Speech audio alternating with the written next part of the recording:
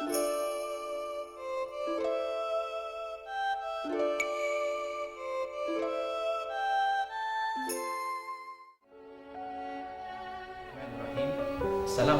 warahmatullahi wabarakatuh.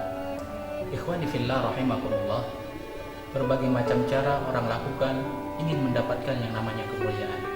Ada sebagian orang yang menginginkan kemuliaan tersebut dengan memiliki harta yang banyak, rumah yang bagus, tanah yang luas dengan beragam fasilitasnya.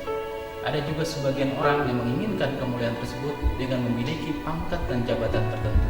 Ada sebagian orang juga menganggap dirinya mulia karena merupakan keturunan atau golongan terpandang di masyarakat.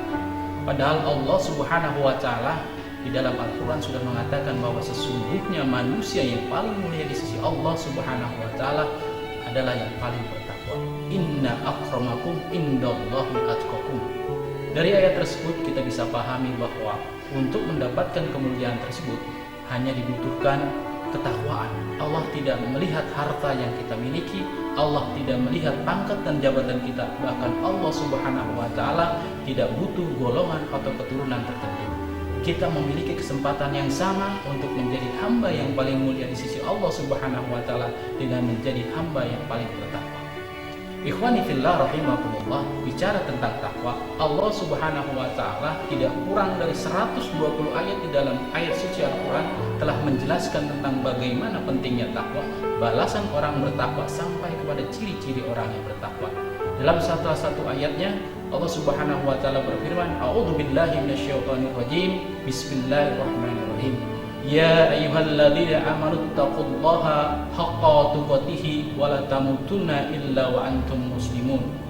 Hai orang-orang yang beriman, bertakwalah kalian kepada Allah Subhanahu wa Ta'ala dengan sebenar-benarnya takwa, dan janganlah kalian mati kecuali dalam keadaan Islam. Dari ayat ini pun kita bisa pahami bahwa ketakwaan ini senantiasa harus ada di dalam diri kita. Ketika kita meninggal pun ketakwaan harus tetap ada.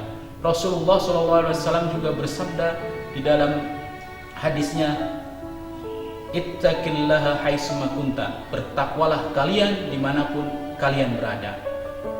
Dengan hadis tersebut kita bisa pahami bahwa ketakwaan ini tetap harus ada di dalam diri kita. Tidak saja ketakwaan kita bawa ketika kita sedang menunaikan ibadah, ketika kita sedang menuntut ilmu, tetapi ketakwaan itu harus tetap ada ketika kita di pasar, ketika kita bersilaturahmi atau di tempat bekerja.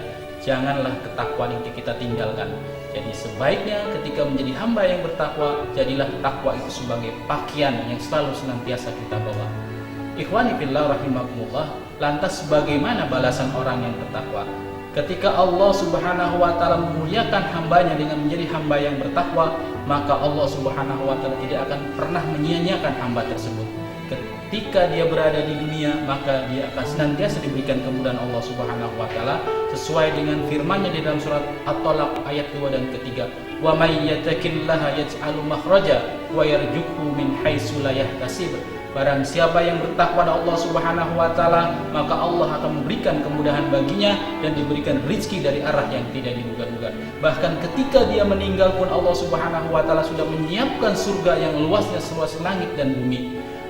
Wa jannatin arduhas samawati wal ardu uiddat lil muttaqin.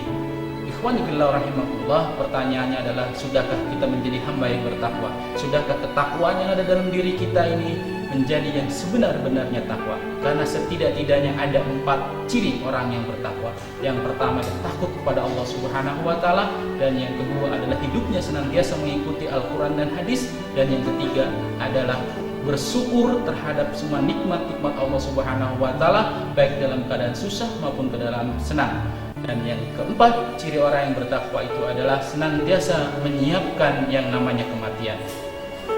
Mudah-mudahan kita semua memohon pada Allah Subhanahu wa Ta'ala kita digolongkan termasuk hamba-hamba yang bertakwa, dan ketika kita dipanggil oleh Allah Subhanahu wa Ta'ala, kita dalam keadaan husnul khotimah. Aqulu qouli hadza wastaghfiruhu innahu wal ghafurur rahim. Assalamualaikum warahmatullahi wabarakatuh.